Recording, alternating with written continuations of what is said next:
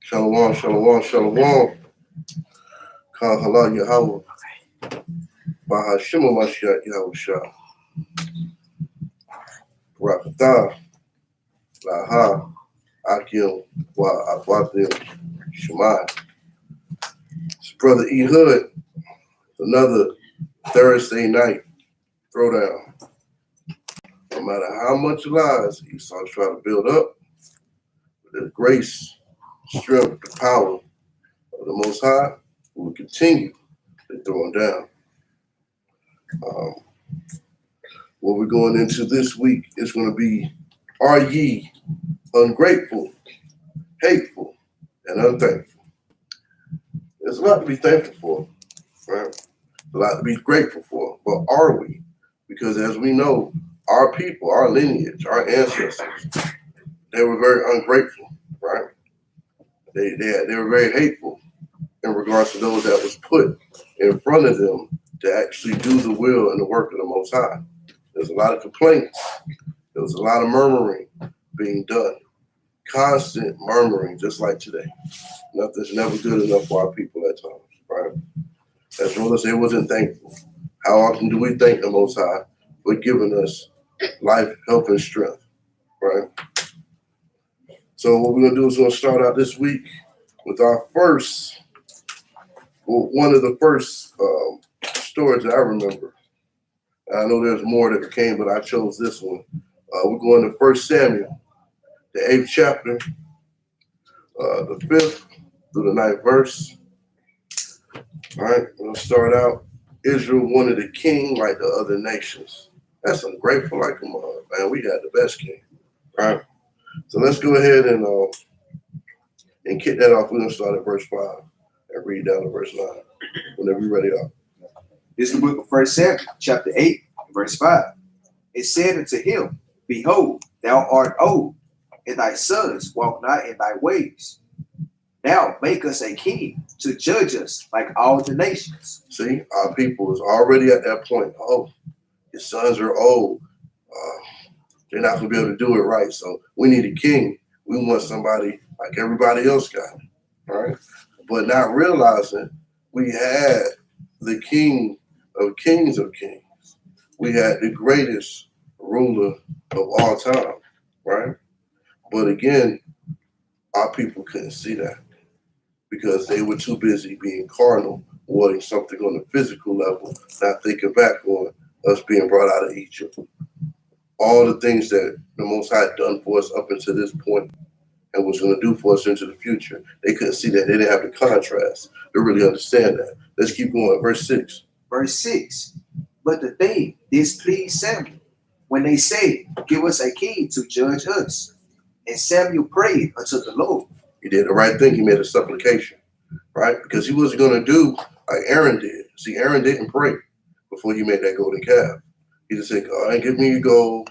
Go and give me your earrings. I'll go ahead and hook it up. No, Samuel did the right thing and said, you know what? Prayers got me this far. I'm going to go ahead and seek the counsel of the Lord, right? So he went to the Most High and prayed. And what happened? Verse 7. And the Lord said unto Samuel, Hearken unto the voice of the people and all that they say unto thee, for they have not rejected thee, but they have rejected me, that I should not reign over them. Oh, so now, as we would say carnal, they would be like, oh, the Most High was in his feelings. No, he was not. He's like, that's what you want? Fine, I'm going to give you what you want. You want a man to rule over you that has flaws and that has issues and discrepancies? All right, I'm going to give you exactly what you're looking for, because guess what? Like we tell them on the street, you're not mad at us. We read this word and we take you to return for your sins and we cry out. You're not mad at us. You're mad at the Most High. We did not write the Bible. We are just actually ordered and commanded to go out and bid our people to the marriage, feed the sheep, and wake our people up, because that's what we're commanded to do. No more, no less, right? Let's keep going. Verse 8. According to all the works which they have done since the day that I brought them up out of the land of Egypt, or out of Egypt, even unto this day, wherewith they have forsaken me and served other gods. So do they also unto thee. Yeah, the Most High had enough of that. He already knew. Okay, you want to serve other gods, just like in Egypt? Fine. I got a trick for you, right? Because you said, "Let's give me a king." You didn't say what kind of king. You didn't put no specifications on that. You just felt like I wasn't good enough, even though I got you out of bondage. I fed you when you was crying. I kept your clothes. I took you to war. I beat your enemies. I did all of this stuff for you. And what did you decide to do for me in return? You decided to turn your back on me. Well, I tell you, typical Israel. We got to come out of that. And this is our opportunity to make sure that we're not ungrateful, hateful, or unthankful to the Most High. Let's get that verse 9. Verse 9. Now therefore, hearken unto their voice, howbeit, yet protest solemnly unto them, and show them the manner of the king that shall reign over them. So this is what they actually get. They got the king that was deserving of what they had done to the Most High, because he was like, "You served your other gods. I let that slide and still love you," right? All these things that you actually did, which was wrong, I still turned a blind eye to that and still love you, right? But again, our people don't realize that. And this actual event right here should show us how easy it is for us to be ungrateful. The Most High give you life, He give you breath, He give you strength, You wake up your children, your lights work. You know, you got a little money in your bank account, you got gas in your car to get to work. All the things that will make your day normal is the biggest blessing you can have. A lot of people don't have a normal day. A lot of people got to wake up to making a phone call. Can I borrow something? Or can you help me out? Can you do this? Can you do that? So a lot of people aren't in the best circumstances. So we have to be grateful. I was in a situation where I had to walk everywhere, you know. And guess what? After a while, it didn't bother me because I was like, my ancestors did that. But at the end of the day, I know the Most High had more for me if I would just serve Him more diligently. And now I've done that, and things have changed graciously in my favor in regards to that. But that's all based on our lives, and that's all based on the will of the Father. I want to give a shalom to Aqua Hannah, Malak Yaakov, and Aqua Garland, Texas Vegan. Shalom for tuning in, and everybody else that's tuning in, which have not posted anything in the comments. Like, share, subscribe. We're going to go on to our second set of scriptures, which will be Numbers, the 14th chapter. We'll go 1 through 10. All right? Because we have to look at this murmuring. Our people were master murmurers. That's all they did. That's all they do now. It's not good enough. Oh, Mom, you bought me the PlayStation 5, but I wanted this color controller and a this color controller. Not happy with the fact that you got a PlayStation with 2 controllers. No, you want to throw a fit because your controllers ain't the color that you want. Ungrateful, right? Which means not feeling or showing gratitude. Your family buy you a car for graduation. You mad because it's not a BMW or Mercedes. But they don't even drive that. But they're giving you something so that way you can get from A to B. Ungrateful. Just like what? Sweet 16. Mom, you didn't get me the Range Rover. I wanted this kind of party. Ungrateful. Right? That's what the heathens are. They're very ungrateful. No matter how much they get, they're ungrateful. Right? Let's go ahead and start out Numbers, the 14th chapter. Starting at verse 1. This is the book of Numbers, chapter 14, verse 1. And all the congregation lifted up their voice and cried, and the people wept that night. And all the children of Israel murmured against Moses and against Aaron. And the whole congregation said unto them, would God that we had died in the land of Egypt, or would God we had died in this wilderness? See, already upset. You're out of Egypt. You're no longer a slave. You're free. You're mad. For what? You in your tents crying. You ain't have to have no tent. The Most High gave you a tent. You in your tent sucking your teeth, right? Crying, upset, murmuring. The whole camp doing that? The whole camp murmuring? But that's just like our people, right? I bet you they wasn't murmuring like that during Katrina. And they're sucking that Astrodome. They was going through that type of stuff. They was happy to get out that water, right? It wasn't murmuring when the situations that happened in Houston a few years back, when it was completely flooded out. They was out there swimming in furniture, right? And the Most High brought them in with Joel Osteen and said, oh, the niggas can't come to my church. Sorry. I was going to do it, but never mind. I know they're not going to pay no tithes or stuff. No. But again, what do our people do? They murmur, ungrateful. You're no longer a slave. You're free. But what do? Show the Most High that you're not happy with that, right? Acting like the Edomite. Go in the room and slam the door. Oh, Dad, I wanted this kind of computer. Because you can't get it. You in there tearing up the room. Ungrateful. Hateful. You're tearing up the things that was purchased for you with money that didn't come out of your pocket. The power that the Most High provided for them to get out of Egypt was not in their hands. They couldn't just tell Pharaoh, hey, we out of here, man. We done. We're not doing this anymore. No, they couldn't do that. They didn't have the power. So that murmuring was hateful outside of being ungrateful, right? Verse 3, let's read. Verse 3. And wherefore hath the Lord brought us unto this land to fall by the sword, that our wives and our children should be a prey? Were it not better for us to return into Egypt? Now they want to go back to Egypt. Niggas done turned the coons. But turned the coons out there. Oh, we should go back to Egypt. What you think you gonna do when you get back? They're gonna kill you. You forgot the Red Sea? All those people that got killed out there, you think them Hamites, them Egyptians don't remember that? All them sandals out there floating in the Red Sea? You know what I'm saying? Smell horrible out there in that Red Sea, right? All that body oil and sandal residue. But again, our people was like, we should go back to Egypt. Are you serious?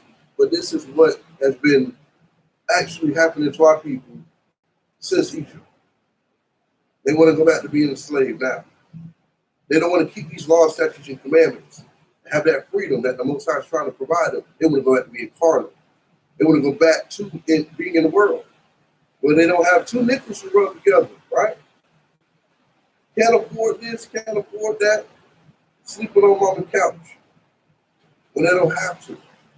They can be trying to provide for their family, right? Mothers actually loving their children. Fathers actually loving their wives and their children, trying to grow together to build structure, to set a great example for the nation, right? Let's keep reading. Verse 4. And they said one to another, let us make a captain, and let us return into Egypt. Let us make a captain. Oh, captain save him? So now you're going to go get somebody else, right? You're going to overthrow Moses? That's disloyalty, right? That's ungrateful. That's hateful. That's unthankful. Moses should do all of them the fade, man. Y'all get in line. I'm going to throw y'all the fade, man. For real. Put on some gloves of righteousness. Everybody can feel like this. You want to be the captain? Come on this line on up. But Moses didn't do that. Moses was humble. Plenty of times he put his life on the line when the Most High wanted to kill everybody and said, you might as well kill me too. I love my people, right? But they were ungrateful to Moses over and over and over and over. But that's just like how our people are, man. You have leaders in congregations that will stick their neck all the way out and get their neck ran over repeatedly. And people still turn ungrateful. And still, when I think about that, it become hateful. Right? Or be unthankful. Oh, well, the scripture says you're supposed to do that anyway. Really? Okay, no problem. But this is the reason why our people are in the conditions that they're in today. And I pray through the edification, not just my class, but all the classes that are brought out and shown before you by the Most High, because without them, none of this would exist, right? That it actually peels away at what makes us unfree, right? Which keeps us from keeping these commandments. Because without these commandments, you're lost. You might as well be in a dark room with no candle, no flashlight, no sense of direction, right? Let's keep going on. Verse 5. Then Moses and Aaron fell on their faces before all the assembly of the congregation of the children of Israel, and Joshua, the son of Nun, and Caleb, the son of Jephunneh, which were of them that searched the land, rent their clothes. And they spake unto all the company of the children of Israel, saying, the land which we passed through to search it is an exceeding good land. If the Lord delight in us, then he will bring us into this land, and give it us a land which floweth with milk and honey. Most High had everything set away, right? Chapter 13, he sent those brothers, Joshua, right, son of Nun, Caleb, the son of Jephunneh, right? They went in, when they saw those giants and explained what they saw, the people were like, oh, hell no, no, giants, no. You're not going to go in there and deal with those giants. Are you crazy? No, Moses, no, we're not going in there dealing with them. You brought us out here to get killed. That's what you did. I get it now. Now you brought us out here to get killed. That's your whole plan, Moses. It turned into that. Ungrateful. Even though the Most High was on our side, and they just watched all of those Egyptians get drowned to death. All their chariots. These people on foot, they on chariots with horses, and they couldn't catch up to them. You got to use common sense to understand the Most High was on your side, right? When Egypt was smitten, when Yahushua came through there and killed all their firstborn, they saw that with their own eyes. When they saw the Egyptians' cattle destroyed with large pieces of hail coming out the sky.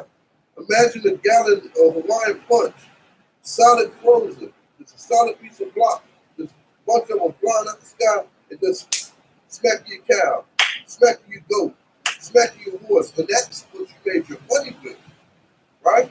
Knocking them dead, and all your stuff was out there with the Egyptians, and you go out there and you look at everything said and done. All your sheep over there, fine. Your horses, fine. All your cows, fine. But trust me, there's a distinction. So you know what's yours and what's theirs. And they probably got all types of unk drawn on the side of the cow. The cow got blonde hair. You know what I'm saying? They got bald-headed horses running around out there. So you know how Egyptians like to mark their stuff off, right? Horses walk around with sandals on, you know. But guess what? None of our stuff is touched. But our people so quickly forgot about that. They forgot about the power of what the Most High did for us, right? These boys have ripped their garments off. They so upset. And you got to understand, you can't make no garment in the day back then. You had no sewing machine. It was hand sewn. You had to go find all those materials. You had to travel. You had to put in a lot of work because those actual garments had to withstand battle, weather conditions, sleeping, wear and tear, all of that, right? It's not like our garments now, which you can just rip that. That's nothing. They had to come out of that like Hulk Hogan because our people were much stronger back then, right? But again, they promised us the land of milk and honey. He said, look, it's not so bad. We can make it. We can do this. But what did the people say, Doc? Verse 9. Only rebel, not ye, against the Lord. Neither fear ye the people of the land, for they are bread for us. They are what? For they are bread for us. They are a meal for us, right? They are bread for us. What do you do for bread? Eat, right? It's like you're on a basketball court. Oh, yeah, we're going to go out here and eat. We're going to beat these boys. They can't stop us. 2 men went back and seen the Giants say, yeah, you look kind of small compared to them. We can beat them. Because Caleb wasn't even about that. He wasn't even about no kind of fear. He was like, come on with it. Let's do it. We got enough people. Let's do it. But a lot of our people lack faith. And they lack the respect for the Most High that they should have had. Moses and Aaron fell down on their face to show them respect. Like, yo, y'all chill out, man. Y'all chill out because we already know what the Most High is capable of. Y'all just go ahead and chill out. Right? Verse 10, what it said? Their defense is departed from them, and the Lord is with us. Fear them not. Verse 10. But all the congregation, they stoned them with stones. They did what? They stoned them with stones. They said kill these niggas. I don't care how many of us it is. Get some rocks. Y'all can get these rocks. We're going to stone these fools here, man. We're not even playing, right? We're not going to even play this kind of game, right? Jump down to, we'll read verse 11 and 12. So like you cut. Verse 10 from the top. But all the congregation, they stoned them with stones. And the glory of the Lord appeared in the tabernacle of the congregation before all the children of Israel. Verse 11. And the Lord said unto Moses, how long will this people provoke me? The Most High had to pull up. He said, before y'all throw one rock at my servants, I'm not going to sit here and allow you to do this. Most High had to pull up. Right there in the tabernacle. And what happened? What did he say? How long will this people provoke me? And how long will it be ere they believe me for all the signs which I have showed among them? I was just saying that. All the stuff he done showed them, what we do, we ungrateful, we hateful, unthankful.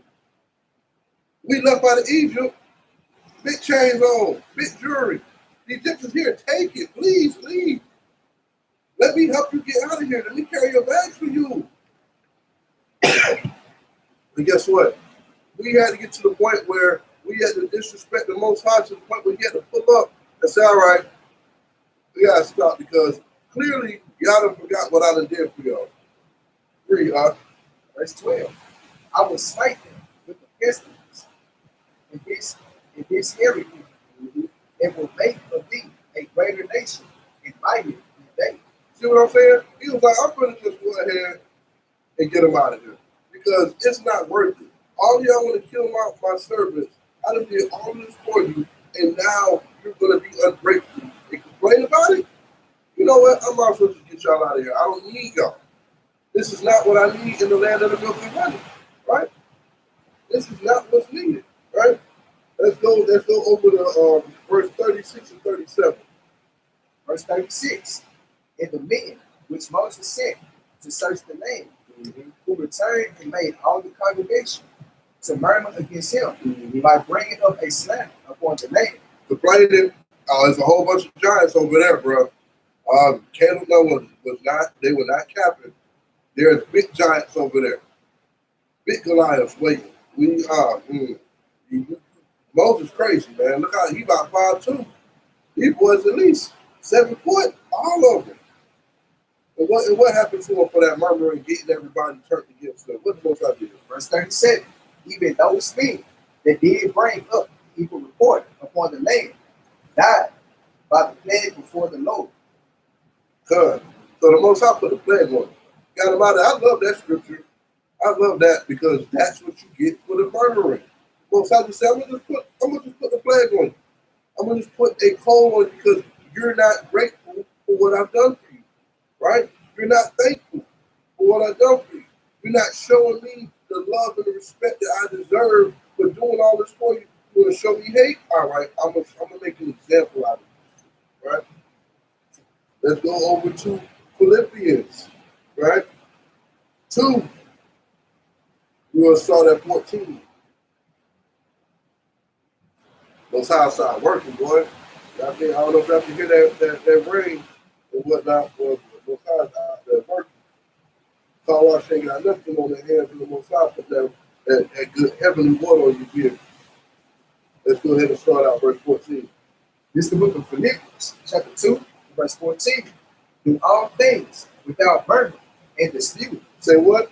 Do all things without murmur and dispute. Go to verse 15. Verse 15. That ye may be blameless and harmless, the sons of God, without rebuke, in the midst of a crooked and perverse nation, among whom we shine as lights in the world. Lights in the world.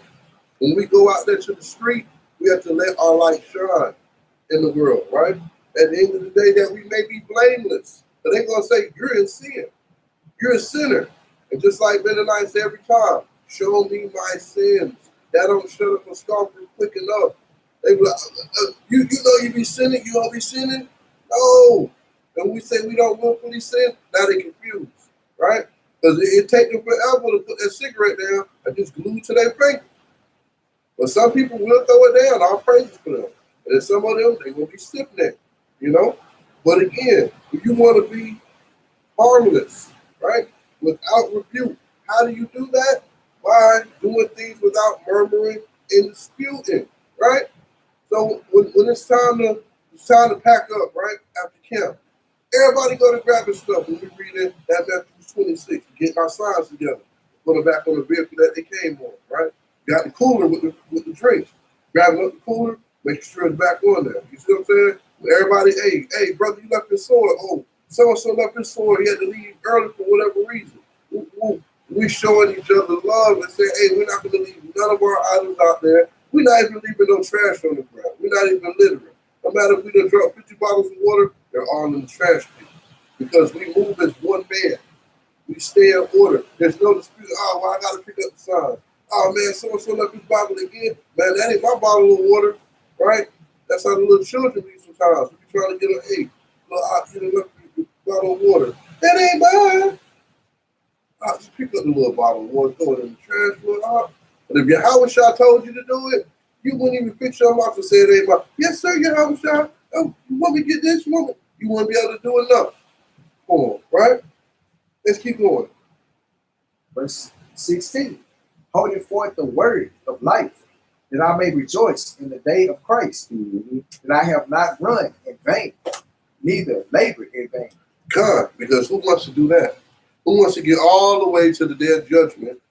You done survived this world. You done survived World War III. You done made it through the wilderness. You made it through the reteaching of Yahweh. Now it's the day of judgment, and you did all that in vain. Who wants to do that? Who wants to do that? You see what I'm saying? At the end of the day, who wants an asterisk on their life? I don't, right? And I don't want that for any of my brothers and sisters. We have to understand there's a lot of situations where you don't want to do something, right? But guess what? The Most High gave you life. You better do it, right? You better do it. Because guess what? He might give you that second opportunity to do it, right? Husbands, you better be that husband and that father in your household. Because guess what? Most High could take you out, put someone else in there. Just like he did with what? Who's out there? Who is Jesse? Who is David? Out there scoffing, big time. Big time. Them boys like, we're gonna pull up on them, man. Let's get your swords right. We're pulling up. The sister had to go out there and actually, convince David not to kill both of them. And he ended up taking her for a wife. You see what I'm saying? Wives, be a wife to your husband, right? Be a wife to your husband. Don't wait till the Most High start building up a sister that wasn't even in the truth. And all of a sudden she coming around, she doing things that's supposed to be done. And you look around, now your family gone. You don't want to be that person. We have the opportunities to do what the Most High said do every day. So when you want to go into an argument with your spouse, think about it. I know I love this person. I know I'm angry with them right now, but I know I wouldn't want to lose them, right? I'm thankful that the Most High gave them to me. So I'm going to be grateful and show them my gratitude, right? I'm going to give them loving kindness versus being hateful towards them. I'm going to be thankful for the things that they do and say Salakias, right? The water, I underbar. I'm going to use these words to let my spouse that the Most High has given me to know. And that goes for my brothers, my sisters, junior ops, people of other congregations. When I see them, we're not out here squabbling. We see camps or brothers that may not have the same doctrine as us and, made that verbal, we still going shalom, big shalom, because guess what? Yahweh shot standing right there. So it's the Most High, so it's the angels. He want to see if you're going to have hate in your heart towards your brother and not say nothing, turn up your face. No, we're going to adapt and salute. Because guess what? Once the wilderness come, ain't no congregations no more. It's just Israelites that have made it and hopefully gonna go up in chariots, come back down in the wilderness, and Yahweh Shai gonna go ahead and give us that actual good washover that we need to get that dirt of the world off of us, right? Let's go into the precept for that Philippians 2:14 through 16, which is 1 Peter 4:9. And I pray that everybody's having a thankful Thursday, a tremendous Thursday. Tomorrow is the day of preparation. We got new moon coming up soon, right? So I hope that everybody's getting their households in order for this new year that is coming up, not the new year of Esau with them worshiping Janus. No, we don't do that. We actually do the right thing. Whenever you get there, you can go ahead and read. It's the book of 1 Peter, chapter 4, verse 9. Read. Use hospitality one to another without grudging. Come. So when you have other members that actually come to your congregation to do a unity camp like we do, we welcome them on in. Come to Shabbat class. We got seats for you. You know, we break bread. We have a meal after class. We sit, you know, and we show hospitality to our brothers and sisters that travel in or out of state, because that's the love. That's Psalms 133:1. That's that brotherly love that we should be showing at all times, right? So that when we go out to the street, hey, we eyes up for everybody. You know what I'm saying? Making sure nobody's walking up on nobody or going to do whatever. You touch one of them, you done touch one of us. We're not going to go out there and fight, but we will defend ourselves. And we say that every week, every time we go out there. Well, I'm going to shoot you, I'm going to do this. And whenever you get that gun, we'll be sitting out here still with the Bible waiting for you. And we don't say that in vain. We don't say that to gloat. We don't say that to be puffed up. We say that because we trust in the Lord that we're doing his work. And whatever comes with that work, we're already made up in our mind that whatever the situation is going to be, it's going to be, and that's what it's going to be. Let's jump over to Exodus. You got a precept, Mark? Okay. Exodus 15. And we're going to start at 22 and go through 25. We'll get a little bit more of this murmuring that our people was doing. Because I guess we have to let them know what happened in Egypt, since they seem to forgot once they got out of the little situation that they was in. Whenever you get to that 15, starting at 22. This is the book of Exodus, chapter 15, verse 22. Read. So Moses brought Israel from the Red Sea, and they went out into the wilderness of Shur. And they went 3 days in the wilderness and found no water. Water. So imagine going 3 days. That's a good fast right there. You should be in the spirit like a mug. But guess what? Let's keep reading. Verse 23.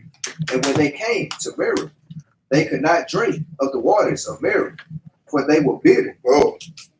Therefore, the name of it was called Meribah. Mm-hmm. And what happened after that? Verse 24. And the people murmured against Moses. Again? Y'all know, and look, when y'all was in Egypt, y'all probably got like a little, y'all probably didn't even get no water. Y'all water probably was way worse than the water that y'all were experiencing right then and there, because they was treating us like dogs at the end of the day. You know how our people were being treated in Egypt. They were slaves. They was getting beat, right? You know the philosophies and the little customs and things that the Egyptians had. They wasn't showing us no kind of love like that, right? But y'all complain about some bitter water. So what did the Most High have to do in regards to that? And the people murmured against Moses, saying, what shall we drink? What should we drink, Moses? What we gonna drink? Complaining. Y'all not happy that y'all free? Y'all complaining, right? Y'all supposed to be fasting. Y'all supposed to be in the spirit. But that shows you the reason why our people had to be out there for 40 years and 40 years to get all of that wickedness that was out there with Moses up out of there. And what happened in verse 25? What did Moses have to do? Verse 25. And he cried unto the Lord. Cried unto the Lord, made supplication. Come. And the Lord showed him a tree, which when he had cast into the waters. So Moses picked up a whole tree, threw it in the water. But see, they're not thinking about that. They just want the water to be Kool-Aid. That's all they want. They want it to be sweet. Keep going. The waters were made sweet. Come. There he made for them a statute and an ordinance. And there he proved them and said, if thou wilt diligently hearken to the voice of the Lord thy God, and will do that which is right in his sight, and will give ear to his commandments, and keep all his statutes, I will put none of these diseases upon thee, which I have brought upon the Egyptians, for I am the Lord that healeth thee. Okay. All right. And it's and see, these are the situations, right, that we actually tend to forget. All the things that the Most High have done for us over and over and over. Because this was in Deuteronomy 28. He brought actual diseases and situations upon the Egyptians, right? Because he says, I am the Lord. I'm the one that healeth thee, right? I'm the one that actually does that. So let's also get what happened after he made the water sweet with him.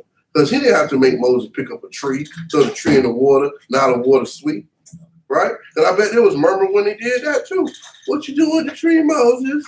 Why you doing it? He probably just got mad, picked up a tree, threw it in the water because he was so angry. All that murmuring. You see what I'm saying? Verse 16, chapter 16, we're going to start at 2 and read on down. This is the book of Exodus, chapter 16 and verse 2. And the whole congregation of the children of Israel murmured against Moses and Aaron. Watch it. In the wilderness. Okay. That's all they want to do. That's all they want to do. Y'all forgot about what happened in Egypt. They was out there working us like a $2 slave all day long. Out there just working them. And I believe there's a verse that say, working with rigor, right? They worked us with rigor. But they told us, in our law, we can't do our people like that.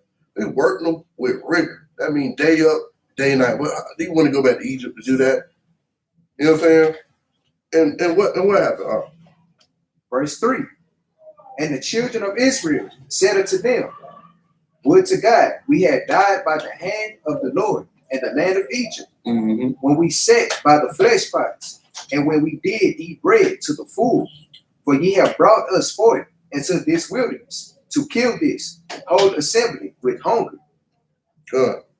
That's what they thought was going to happen. Now, you didn't have nothing to drink. Oh, we ain't got nothing to drink. Oh, the water bitter. Not thankful that they got something to actually wet their mouth with, right? Because when Christ was on the cross, they gave him vinegar. But you complain about some bitter, right? What was it, tap water?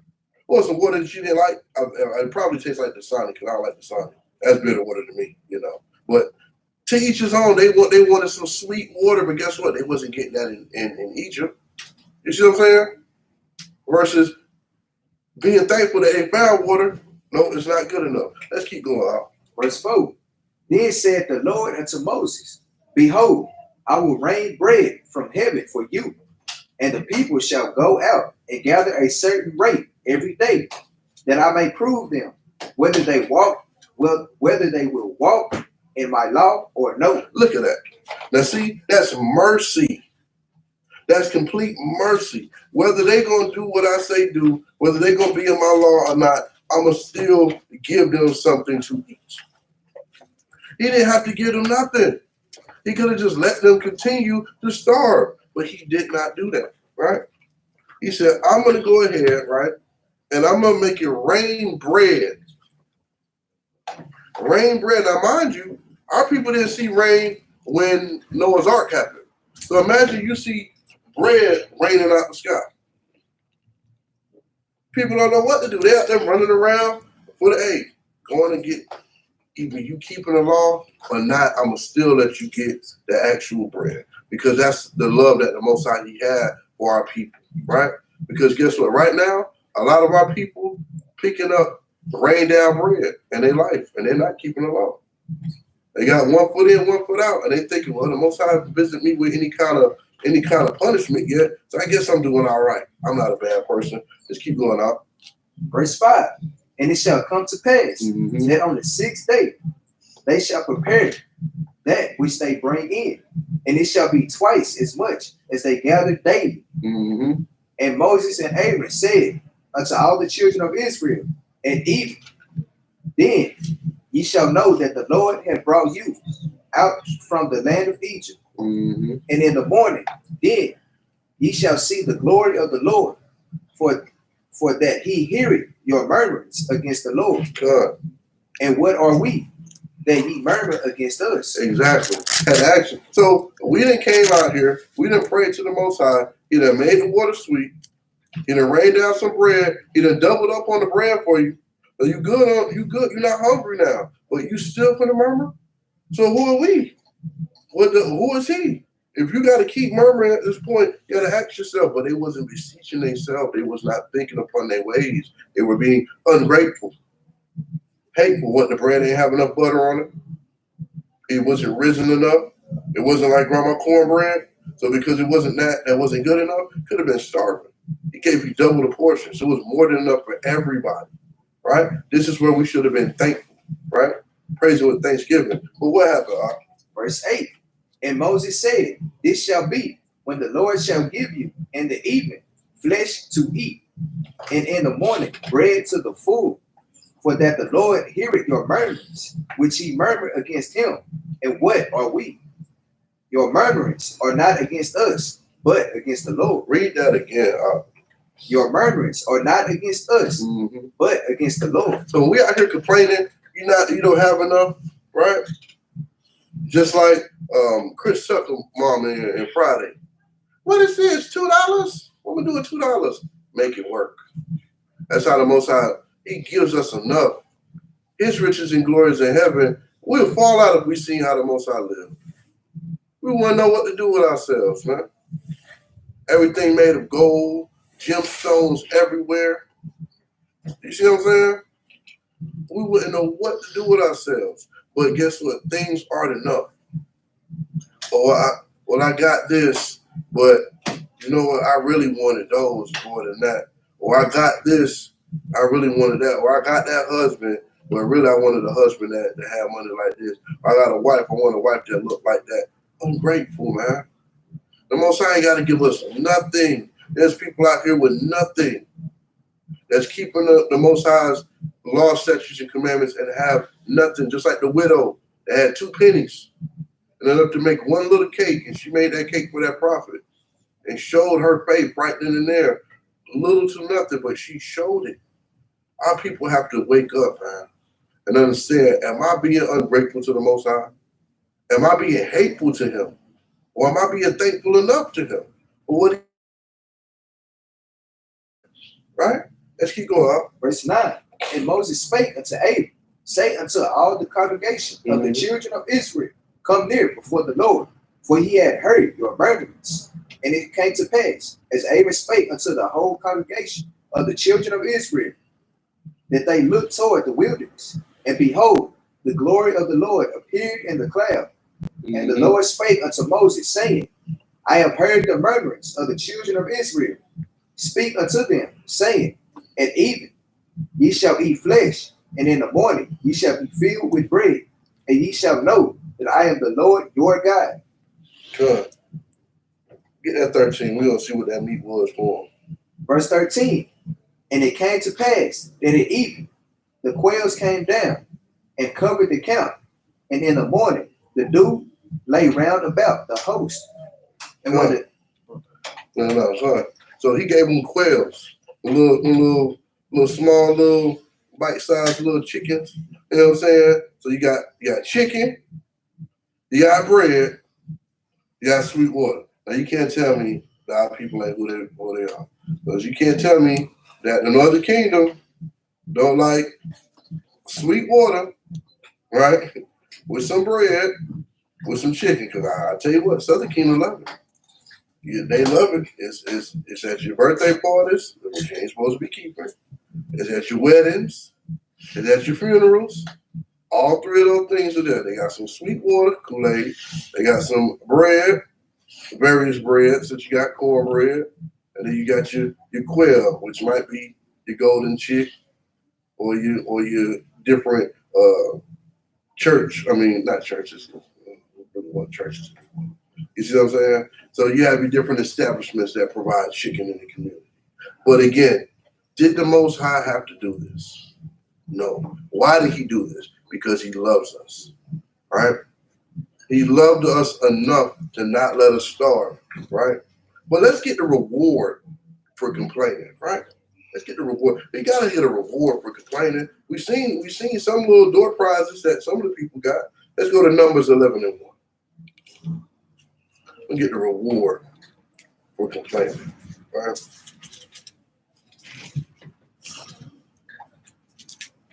It's the book of Numbers, chapter 11, verse 1. Mm-hmm. And when the people complained, it displeased the Lord, and the Lord heard it, and his anger was kindled, and the fire of the Lord burnt among them and consumed them that were in the uttermost parts of the camp. Whew.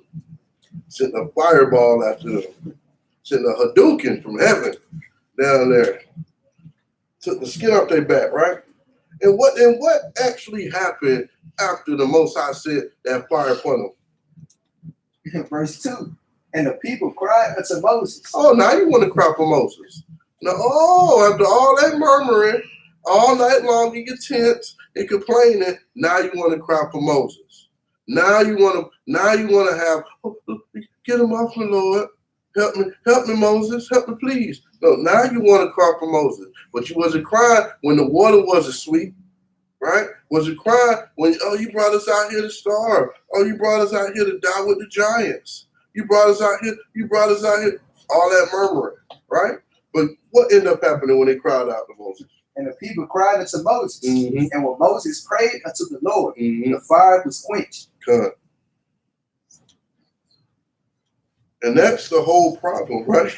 And he said he called the name of the place Taberah, right? Because the fire of the Lord burnt among them, right? This is where our people have to understand, right? Most I turn up the heat on you. Because you thought you were doing all right with them stimulus checks, didn't you? Thought you were doing okay. Now the stimulus checks on. But they ain't got no more jobs out there for you. Tax money came, tax money went. Just that as fast as you got it, as fast as it's gone. The Most High don't care about that. He's like, serve me. I don't care about that. I will give you that, get you excited, then take it away from you. It's no problem, right? Shalom is everybody that's tuning in the chat. What we have to understand is, right, at the end of the day, you got a reward for righteousness, you got a reward for murmuring. Don't be like Numbers 11:1. Don't get that fireball sent upon you where he starts to heat things up. Oh yeah, your car note went up $45. Up your insurance went up another $75. Up your rent just went up an extra $85. Plus the trash that went up extra $40, and your water bill that went up $75. Don't make him turn up the heat on your money. He'll do it. He'll do it right there. And that's a check and a half. That little extra turn up he just gave you, that's another half of a check that you're going to have to somehow manage to the other payday to get that one out. Let's praise the Most High when we had an opportunity while we can seek his face. Because if we can't seek his face, you're going to be real upset. And he said they're going to seek me early. You'll be up there praying 1 o'clock in the morning, 2 o'clock in the morning, Lord.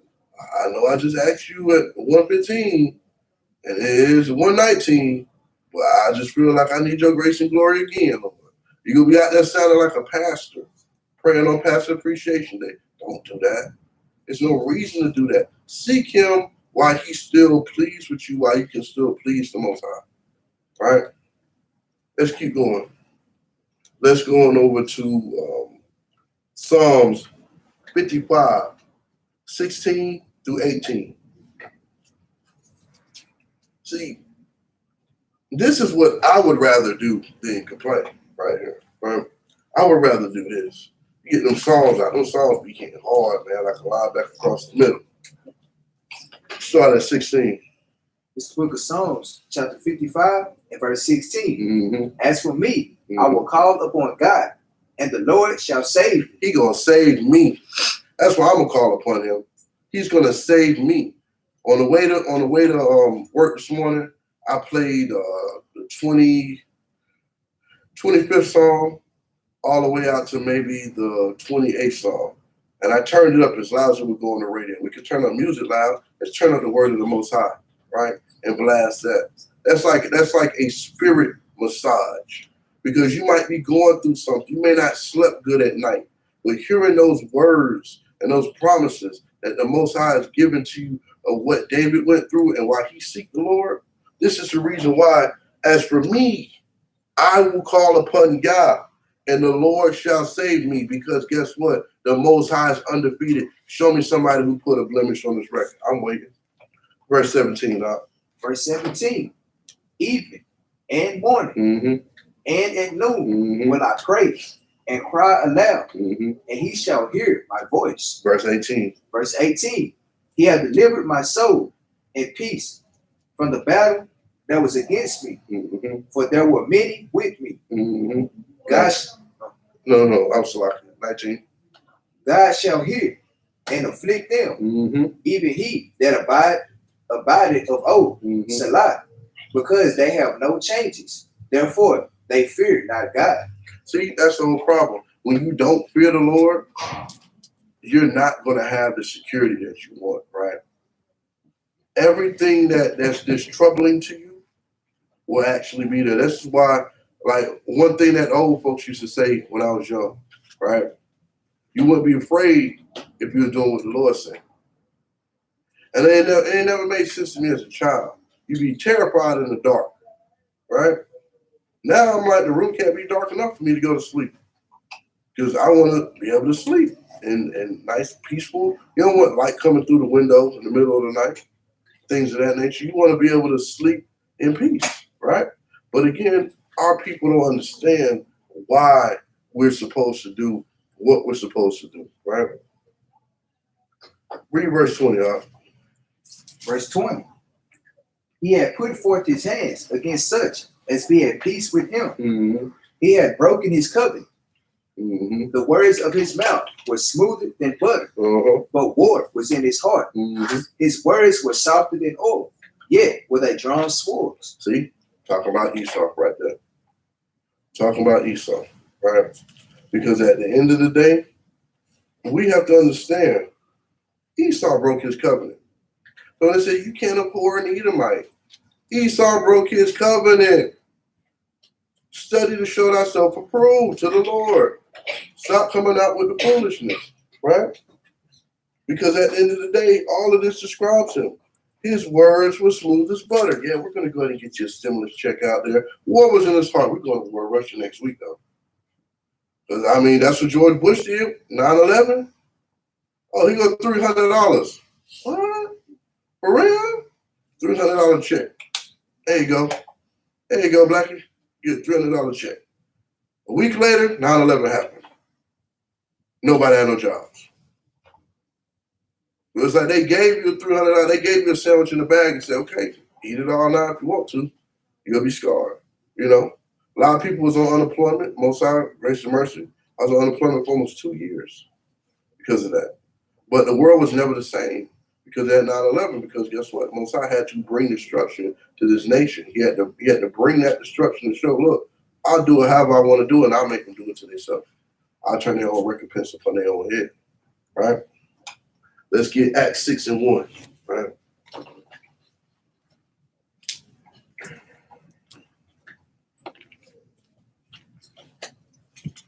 Shakir.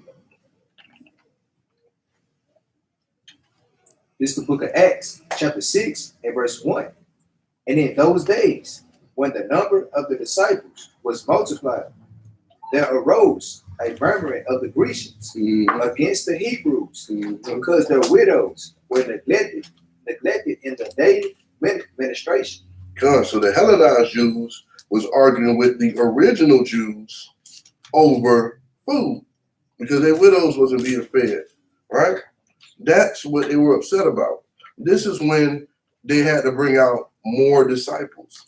This is right before Stephen got arrested and got stoned to death for bringing out the history of our people in defense against those who wanted to see him dead. Right? So there's always going to be murmuring, right? You got the Hellenized Jews. that was actually over there acting like they Greeks, but you trying to come against the people that didn't even bend a break and said I'm a Greek. Nah, I'm a OG or OH. I'm original Hebrew. You know what I'm saying? I'm not gonna be over here afraid to do this or do that because of what may happen. But guess what? They did it because they were in slavery, and now they're back murmuring, right? Just want to bring that quick little history out in regards to our people murmuring amongst each other over something that could have easily been happening. Because look at it like this, right? The disciples said in verse 2, then the 12 called the multitude of the disciples unto them and said, it is not reason that we should leave the word of Yah and serve tables. Wherefore, brethren, look ye out among you 7 men of honest report, full of the Holy Ghost and wisdom, whom we may appoint over business, right? But we will give ourselves continually to prayer and to the ministry of the word. So at the end of the day, they needed more disciples because they said, y'all bickering over somebody not getting food, right? We got to bring in more people because we're not going to stop doing the word of God to go out here to serve your widows. We got other people we can bring up that can actually handle that administration because what we're doing is more important than that at that moment. It was way more important than that. Luke 19. This is one of the stories that I read. But you know what? Before we get Luke 19, go to Luke 6 and 35 first. Let's get some unthankful, right? Let's get the unthankful real quick.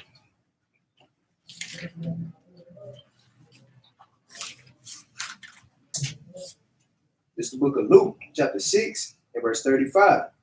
But love ye your enemies, and do good, and lend, hoping for nothing again, and your reward shall be great, and ye shall be the children of the highest, for he is kind unto the unthankful and the evil, and to the evil.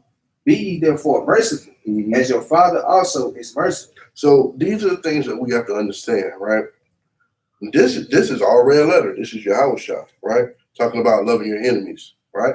Not Esau, not Ham, not Ammon, right? Not none of our heathen enemies, but the enemies of our own people, right? A brother or sister that you may not see eye to eye with because of whatever reason, right? Because guess what? In the wilderness, the Most High going to have Yahushua stand both of y'all in front of each other if you're worthy of making it. And y'all going to have to talk it out. And when it sounds foolish coming out your mouth, it's because you were being in folly.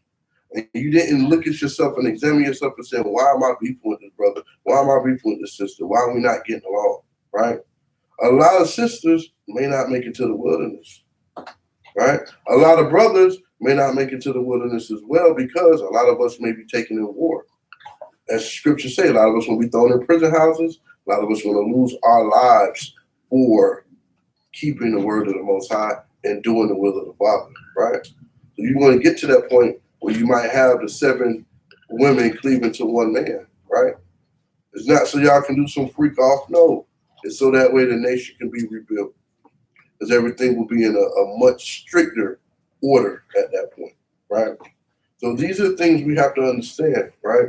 And be thankful for. Because at the end of the day, it says right here, and ye shall be children of the highest, for he is kind unto the unthankful and to the evil. Now, what did we just read earlier? He said, I'm going to give the bread to those who keep the law or not keeping the law. Whether you're thankful or not, I'm still going to give you bread because I love you, right? This is how we should be with our family, with our brews and our she brews, with our little brews and brewettes, right? This is how we're supposed to be with them. We're supposed to give them that unconditional love because this is what the Father gave to us. This is what Yahushua would give to us. And if we want to be worthy of the kingdom, then this is how we have to operate because that's the status you're going to be. There's no one bigger than the program. No one. No one bigger than what the Most High got going, right? You can't write your name in the book and say, oh, we're going to add the book of Ehud. No. We're not doing that. We're not trying that. We're not even trying to entertain that type of stuff, right? Let's keep going. Let's go over to Luke 19. We're going to go 1 through 10. This story was something I learned when I was in middle school, right? It's about little Zacchaeus, right? Or Zacharias, if you want to say it. There's no R in it, but I say Zacchaeus. He was a small statured gentleman, right? And we're about to learn about what he had to go through to meet Yahushua, right? Just to meet him face to face, to tell him what he wanted to do. Let's go ahead and start. This is the book of Luke, chapter 19, and verse 1. And Yahushua entered and passed through Jericho. And behold, there was a man named Zacchaeus, which was the chief among the publicans, and was rich. And he sought to see Yahushua, who he was, and could not for the press, because he was little of stature. And he ran before him and climbed upon into a sycamore tree to see him, for he was to pass that way. And when Yahushua came to the place, he looked up and saw him and said unto him, Zacchaeus, make haste and come down, for today I must abide at thy house. Now imagine that. The Most High, you're a little person, right? You didn't climb this big old tree, right? The Most High got his son walking through your neighborhood that day. You want to see him. You don't know if he's going to see you. And he happened to look up and look you dead in your eyes and say, come on now, bro. I'm going to go to your house. The feeling of joy and glee of the Most High Son saying, I want to come to your house, right? And you know that you're a rich man, but you're willing to climb into a tree like an animal just to see Yahushua. And Yahushua acknowledges you and said, I'm going to come to your house. And what did he say after that? Verse 6, and he made haste and came down and received him joyfully. And when they saw it, they all murmured. Oh, they hate him. Oh, they hate him. Oh, my goodness, boy. He already rich.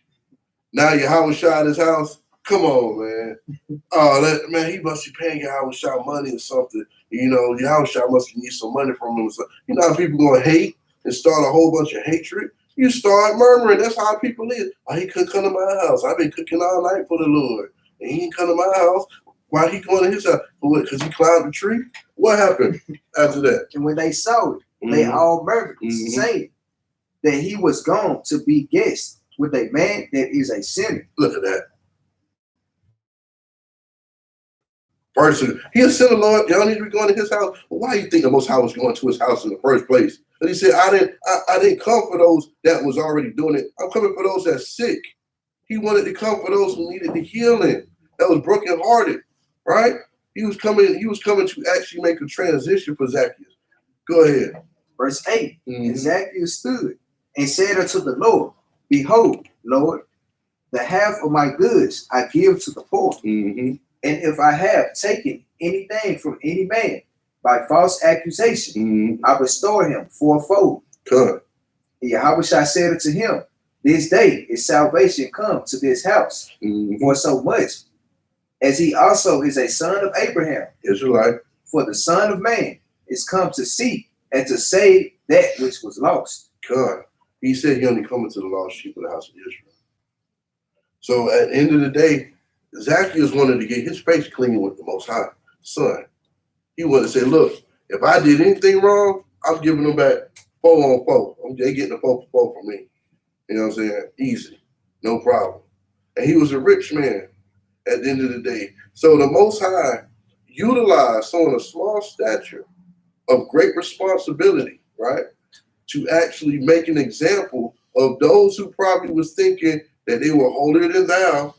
I done cooked all night for the Lord. I done made the sweet bread with the sweet water with the chicken. Cause I know Yahushua like that. He gonna come by my, didn't even come by. Came to the rich man's house just to go ahead and say salvation has come to your house. Well, that's better than 25 Rolls Royces, or back then 25 oxen. You see what I'm saying? They have Yahweh Shai acknowledge you, come down, tell you that your face is good with him and his father, and basically tell you that salvation has come to your house. That is a great feeling to have. He was grateful. He was not hateful. They was hateful because he was over there being grateful. And guess what? He was thankful for that situation, right? Because at the end of the day, he had to, because they were so upset, right? When we go into verse 11, he had to actually break out a parable for them because they started to murmur and complain so much. So Yahweh Shai had to bring out a parable to calm the nerves of our people because they didn't know what to do, right? Let's go to Lamentations 3, right? Because this is what should be done rather than complaining. This is what these people should have did versus doing all that murmuring because he was trying to get his life right with the Most High, right? That's what he should. This is what they should have been doing. Go ahead and read once you get done. We're going 3:38 through 40, y'all. This is the book of Lamentations, chapter 3, and verse 30. He giveth his cheek to him that smiteth him. He is filled full with reproach. For the Lord will not cast off forever. But though he cause grief, yet will he have compassion according to the multitude of his mercies. For he doth not afflict willingly, nor grieve the children of men, to crush under his feet all the prisoners of the earth, to turn aside the right of a man before the face of the Most High, to subvert a man and his cause. The Lord approveth not. Who is he that said, and it cometh to pass, when the Lord commanded it not? Out of the mouth of the Most High proceeded not evil and good. Wherefore, though a living man complain, a man for the punishment of his sins. God. So at the end of wow, that's powerful, right? At the end of the day, right? The Most High already understands how things are going to play out, right? He already understands wherefore does a living man complain, a man for the punishments of his sins? You gonna complain about the next man getting punishment for his sins? You need to be worried about your sins, right? Versus complain about the next man's punishment. These are the things that we have to really look at, right? Because at the end of the day, the Most High, he can have it go any kind of way he wants to, right? He can have any of these situations. Like I say right here, verse 40, let us search and try our ways and turn again to the Lord, right? Let us lift up our hearts with our hands unto God of the heavens. We have transgressed and rebelled, thou hast not pardoned. So really, at the end of the day, if we're not really looking at what we're doing, then we're out here in a situation where the Most High can just say, I'm going to use you as an example. You're being ungrateful to me. Like Capt says every week, blessed is he who reads and she who reads, right? Sisters, read. Brothers, read. Children, read. Build up your soul, man. These opportunities are here now. Because guess what? We don't have to have these Bibles. These Edomites can say, we're taking the Bibles from y'all. Then what you going to do? Then what you going to do? Make it illegal to read the Bible like in certain states. Let's go to 1 Thessalonians 5 and 18.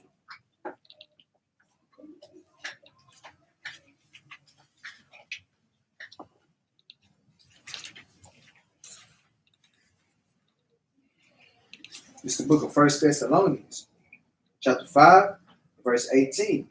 And everything give thanks, for this is the will of God and Christ Yahushua concerning you. God. These are practical precepts, right? Rejoice evermore, pray without ceasing, right? But in everything, give thanks. Oh man, I got a flat tire. I'll pray to the Most High. One of my brothers used to always put that on me every time something go wrong. All praise to the Most High. Because you know what? We're supposed to thank him in and out of season, right? Oh man, I done fell and hurt my knee. All praise to the Most High. All right. These are the things, right, that we have to also, verse 22, abstain from all appearance of evil. If it look evil, right, just like what, Vampire Brooklyn, evil is good. Abstain from it. If she's dressed like a whore, she's going to want to commit whoredoms with you. If he's dressed like a whoremonger, let me take you out to eat. Let me do this, let me do that. Like the daddy on BMF. You know what I'm saying? That's not the way a father should be leading his household. You would say, well, it's the mother, the father, the children. No. He was out there being adulterous, which led his wife to wanting to commit the same acts. And these actual afflictions have been plaguing our people for years and years, hundreds of years, right? And when we learn and give it up and say, you know what, I'm going to follow the Lord and be 100% submissive to the will of the Father, it would make things a lot easier for you, right? Let's get Numbers 14.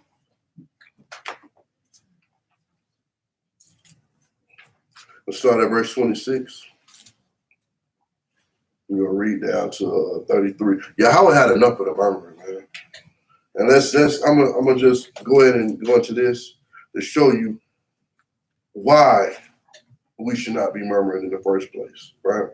Let's go ahead and get that. It's the book of Numbers, chapter 14, verse 26. Mm-hmm. And the Lord spake unto Moses and unto Aaron, saying, how long shall I bear with this evil congregation, which murmur against me? I have heard the murmurings of the children of Israel, which they murmur against me. Say unto them, as truly as I live, said the Lord, as ye have spoken in mine ears, so will I do to you. So when you doing all that murmuring, right? When you showing hateful, ungrateful, unthankful, most of that, I got something for you. I got something for you. Wait till you get into this captivity. You thought it was bad in the last one. I'm going to make it twice as worse. I'm going to make your children go through twice the affliction. Your wife going to be gone all day long. When she come home, she ain't going to say a word to you. Right? This is what our people had to go through. Why go through that? Why? Why not just wake up and come back to the laws, statutes, and commandments? It's easier said than done, most people say, right? But it's just as easy as throwing that cigarette down, not going on that date with that whoremonger, right? Not selling or smoking those drugs, right? Not doing something that's displeasing to the Most High. Well, I'm going to shave off my beard. I'm going to a job interview. What? That's foolishness, right? Let's keep going. Verse 29, your carcasses shall fall in this wilderness, and all that were numbered of you, according to your whole number, from 20 years old and upward, which have murmured against me. Doubtless, ye shall not come into the land concerning which I swear to make you dwell therein, save Caleb, the son of Jephunneh, and Joshua, the son of Nun, but your little ones, which he said should be a prey, them will I bring in, and they shall know the land which ye have despised. But as for you, your carcasses, they shall fall in this wilderness, and your children shall wander in the wilderness 40 years, and bury your whoredoms until your carcasses be wasted in the wilderness. And that was a perfect recompense for our unrighteousness. We wasn't good enough to get to the milk and honey. He called out who he wanted, right? Those who were willing to serve him obediently, right?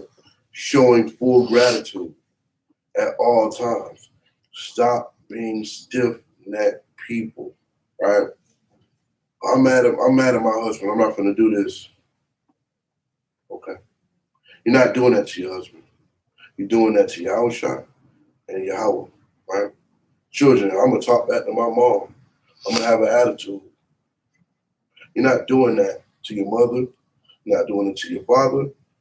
You're doing it to Yahushua. You're doing it to Yahweh. The one that can kill us, make us alive, the one that can destroy your body and your soul. Why do you want to tempt him? The Most High sent fire after the people. He sent fiery serpents down, right? He opened up the earth and had the earth eat the people up. All these different scenarios, you think our people would get it? They don't get it. They're still going to keep being ungrateful, not feeling or showing gratitude. Every story we read in this Bible, Israel should be on the ground, showing that gratitude, showing that love. But guess what? We weren't, man. And the Most High has given us an opportunity by waking us up again to get this right. Because it's not just for us, as we just read. He said, we'll let the children in. The children, right? So that's something to really think about. When you're in the truth for 10, 20, 30 years, you ask yourself, did I do enough to be worthy of this baby that I'm holding that belongs to somebody in the congregation? That child might be going straight in, no problem, right? These are things we need to really look at. Stop the murmuring and come back to actually serving the Lord. I only got 3 more precepts, and we get the law. Jude 1:6.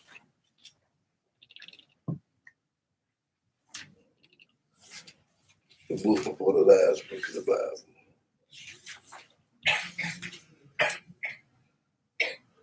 This is the book of Jude, chapter 1 and verse 6. Mm-hmm. And the angels, which kept not their first estate, Mm-hmm.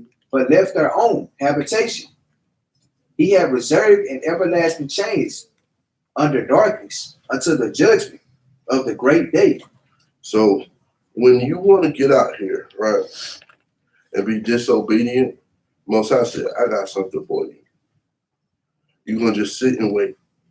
The precept of that is 2 Peter 2:4. But you're going to sit and wait in everlasting chains for your reservation, right? Under darkness until the judgment of the great day. These are things that you want to try to avoid at all costs. These are things that you're supposed to be trying to repent to get off. Let's go to 1 Corinthians 6:1. Because at the end of the day, you may not get that second chance, right? It may not be granted unto you. We may not get tomorrow. You see Ammon, right? You see Esau. They out there shooting their missiles off. Come on, shoot them down. I dare to shoot it down. Now you see them talking about, oh, we found a mothership spaceship out there sending close to the earth. Come on, man. Just go ahead and say that you see a chariot out there, you don't know what to do about it. Most High ain't hard to find, and neither is his people. Not hard to find. Let's get that 1 Corinthians 6:1. This is the book of 1 Corinthians, chapter 6 and verse 1. Mm-hmm. There any of you having a matter against another, Mm-hmm. go to the law before the unjust and not before the saints. See, these are the things that we have to look at, right? When you want to settle a dispute among your brother and sister, this is what you're supposed to be doing. There any of you having a matter against one another, right? Got that issue, go to the law before the unjust. Before you do something unjust in the house of the Lord, go to the law, man. While you got the opportunity to go to the law, right? And not before the saints. Because guess what? We read verse 2. Do you not know that the saints shall judge the world? And if the world shall be judged by you, are ye unworthy to judge the smallest matters? We got to get ourselves right before we get out of here, right? Go to my last scripture.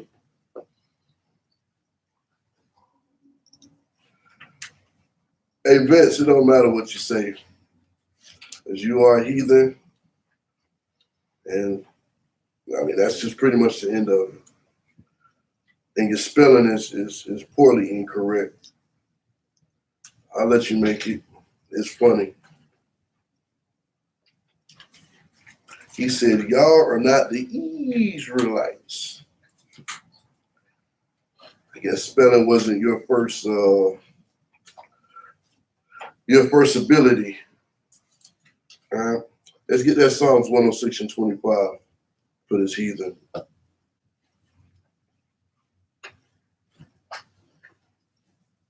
You know, we're going to start at 24. 106, Psalms 106. So like it. We're going to start at verse 24. It's the book of Psalms, chapter 106, and verse 24. Mm-hmm. Yea, they despise the pleasant land. They believe not his word, but murmured in their tents, and hearken not unto the voice of the Lord. Come, right? Do me a favor, Op. Get me a bastard dwells in Ashdod. Because he says the Israelites are in Israel. Well, since you're so intelligent, Vince, where's Ashdod? Right? We'll go ahead and get a scripture for you, because at the end of the day, we know those who say they are Jews and are not. We know their works. Synagogue and Satan. We know who they are, right? It's okay, because at the end of the day, the only reason why you posted a comment is because you were cut to your heart. That's it. You were cut to your heart. You saw the edification coming out for the nation. You could not help yourself enough but to put something of folly on the chat. And it's funny, we laugh at that, because every vain word you're going to pay for it. But I'm just going to have the brother bring out something. And I want you to go look up Ashdod. Since you say the real Jews are there, right? Let's see who's actually there. This is the book of Zechariah, chapter 9, and verse 6. And a bastard shall dwell in Ashdod, and I will cut off the pride of the Philistines. Mm-hmm. So who is that bastard that dwells in Ashdod? Because guess what? If you knew the scriptures, you know that Yahweh has to gather us back up to put us back in our land. Not the so-called Britons with the Balfour Agreement, because they was doing some sneaky under the table type stuff. Because what were the so-called, and they don't even call themselves Israelites, they call themselves Israelis. That's not even a real term. That's just something that they came up. That's just something that they came up with. But again, when you up too late, Jacob has already cut him off at the throat. He is now blocked. So at the end of the day, we're waiting on Yahweh to return with the chariots, right? We're waiting for the destruction of this wicked nation. It's coming very soon. Please get your affairs in order, right? Make sure that you're doing enough to please the Lord, because guess what? Only you can get you in. I can't get you in. I can't get this brother or anyone that's watching in. The only person that can get themselves into the kingdom is you, by keeping the laws, statutes, and being worthy of the kingdom. Without that, you're not getting it. That's it. You can call yourself whatever you want. You can try to be whatever you want, right? In regards to it. But guess what? That's not going to allow you to get in, right? That's not going to allow you to get in. I'm going to get a law, right? Yeah, the Battle Axes, every class that we bring out, we said we're going to bring out a law, right? So let me see. I will take the law this week from, I know we done tore Leviticus up in regards to it. Let's see here.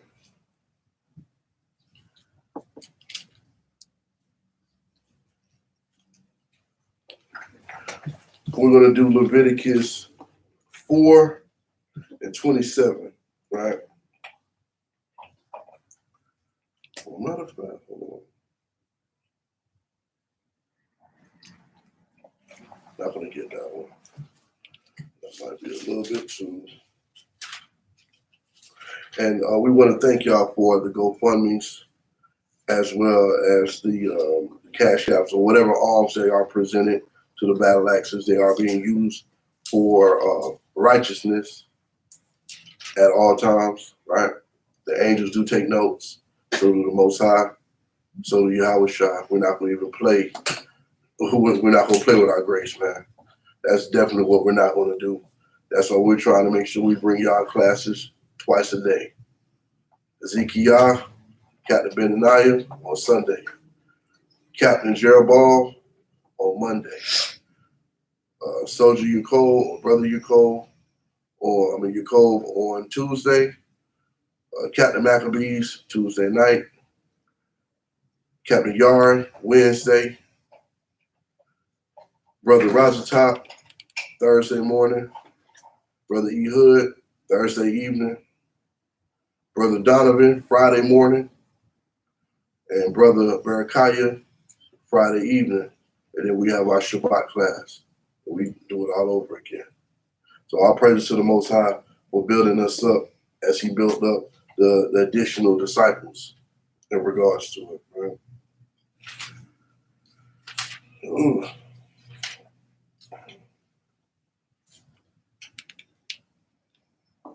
All right, so what I'm going to do is I'm going to get the law in Leviticus, the 18th chapter,